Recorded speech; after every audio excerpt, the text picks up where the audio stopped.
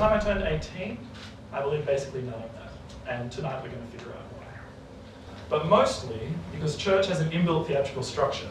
And I felt that if I was going to do a show about Christianity, why would I bother creating my own structure when I've got one that stood the test of time? So it's going to be a bit of a church's greatest hits. That's it. 3 months old, ready for my dedication. Is it weird that we put babies in wedding dresses? Am I adorable? Yes. Definitely.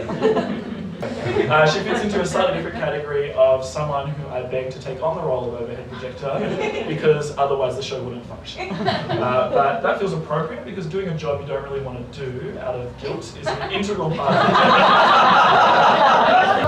God is better than beer. God is better than cricket. 'Cause God's there to hold the year. Thank you so much. Good old sit downs. And I'm sure you'll be shocked to hear this next fact about me, considering I'm doing an autobiographical one-man show. I was an attention seeker. I will try to sneak a look at Song of Solomon in the church Bibles, which is kind of like the sealed section of the Bible.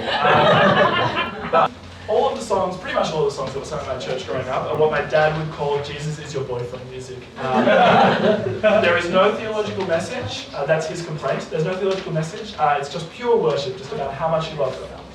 Now, Shout to the Lord is kind of like Wannabe by the Spice Girls. Maybe you make fun of it when you're chatting with your friends, but when it is on, it is on. Shout to the Lord, all the earth, let us sing. Power and majesty, praise to the King.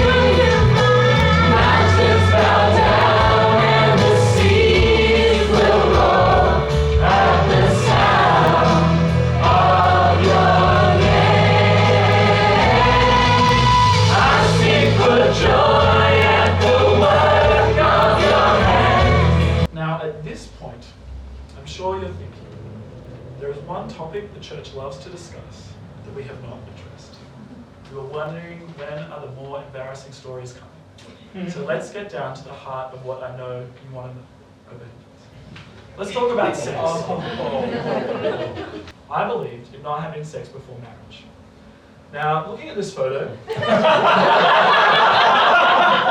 you might not think I was overwhelmed with offers at the time, and that would be true. But it was still a major sticking point for my especially male non-Christian friends. There was no single breaking point for me with the church, no one moment where a pastor said something that I couldn't stand and I just walked out.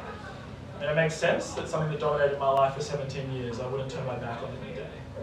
But it was just this growing sense over a period of time that these ideas that had been my path would no longer guide the way for me. I've thought about this a lot since then, and essentially what I come back to is the core idea of Christianity no longer works for me.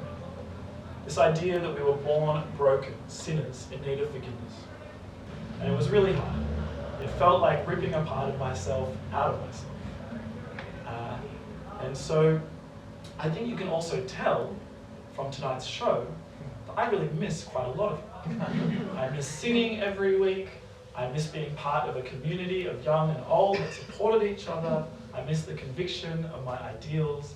And I even managed to find a girl who would go out with me without checking the girl first. When I finally made the decision, when I said, this is it, I'm not a Christian anymore, the main thing that I remember is the silence. All the thoughts going back and forth in my brain, years over years, trying to justify things to my friends, justify my beliefs to myself. It all just quieted. And for a time, there was peace. Go in peace to love and serve the Lord. In the name of Christ. Amen.